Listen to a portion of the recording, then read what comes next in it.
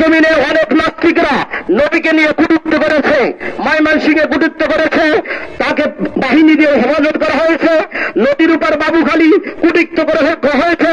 আমরা প্রতিবাদ করতে গিয়েছি, আমাদের প্রতিবাদ করতে দেওয়া হয় নাই, ভোলার ভিতর প্রতিবাদ করা হয়েছে। ভোলার ভিতর প্রতিবাদ যখন করেছে মুসলমান তৌহিদি জনতার উপরে গুলি করা হয়েছে। অতএব সুতরাং এগুলো আমাদের আর বুঝতে বাকি নাই, এগুলো ইহুদি নাসারা শয়তানের চক্রান্ত বাংলার জমিনে ছিল। অতএব সুতরাং আমরা সবাই ভাই ভাই, এখন সমস্ত মুসলমান এক হয়ে গেছে। আজকে নবীকে কটূক্তি করার কারণে ভারতে লক্ষ লক্ষ জনতা আজকে তার বিপক্ষে চলে গেছে।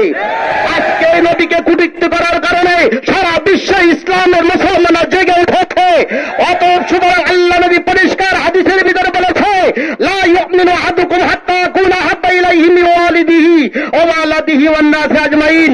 অতক্ষণ পর্যন্ত তোমরা মুমিন হবে না, অতক্ষণ পর্যন্ত মুসলমান হবে না যতক্ষণ পর্যন্ত তোমার মার থেকে আমি নবীকে ভালো না বাসবা, যতক্ষণ পর্যন্ত তোমার ছেলে সন্তানের চেয়ে আমি নবীকে ভালোবাসবা না, যতক্ষণ পর্যন্ত পৃথিবীর বন্ধু বান্ধব সবার চেয়ে আমি নবীকে ভালো বাসবা।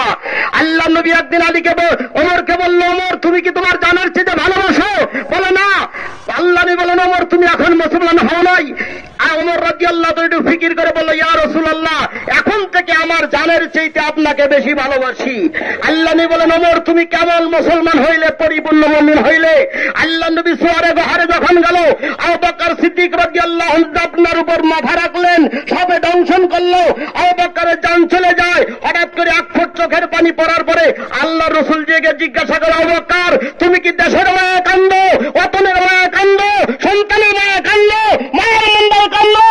তখন আবু বকর বললেন, ইয়া রাসূলুল্লাহ আমি দেশের মায়া কান্দি না, আমি সন্তানের মায়া কান্দি না, আমি মা বাবার মায়া কান্দি না। আমাকে সবে দংশন করেছে, আমাকে কেন দাগাও নাই? বলি, ইয়া রাসূলুল্লাহ আপনার ঘুমের কষ্ট হবে, আমি আবু বকর সহ্য করতে পারি না। অতএব সুতরাং নবীকে গালি দেবে আর মুসলমান কোনদিন সহ্য করতে পারবে না। অতএব সুতরাং যারা আবু জাহেলের গোষ্ঠী আছে, যারা উতবা সাহেবের গোষ্ঠী আছে, তারা আজকে পরিষ্কার জেনে নাও, এই বাংলার জমিনে কোন নাস্তিকের ঠাঁই হবে না, বাংলার জমিনে কোন বেদীনের ঠাঁই হবে না।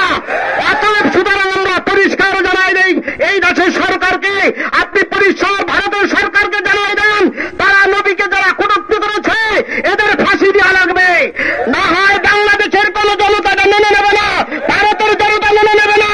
আর একটা বয়কট করতে হবে, ভারতের যে সমস্ত পণ্য আছে বাংলার জমিন থেকে বয়কট করা লাগবে।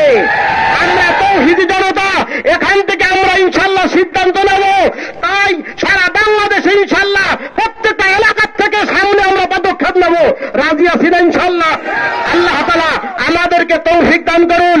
কারণ আর একটা কথা বলে রাখি, ইসলাম ছাড়া বাঁচার কোনো উপায় থাকবে না, একমাত্র দিন ইসলামী ধর্ম মনে রাখবেন।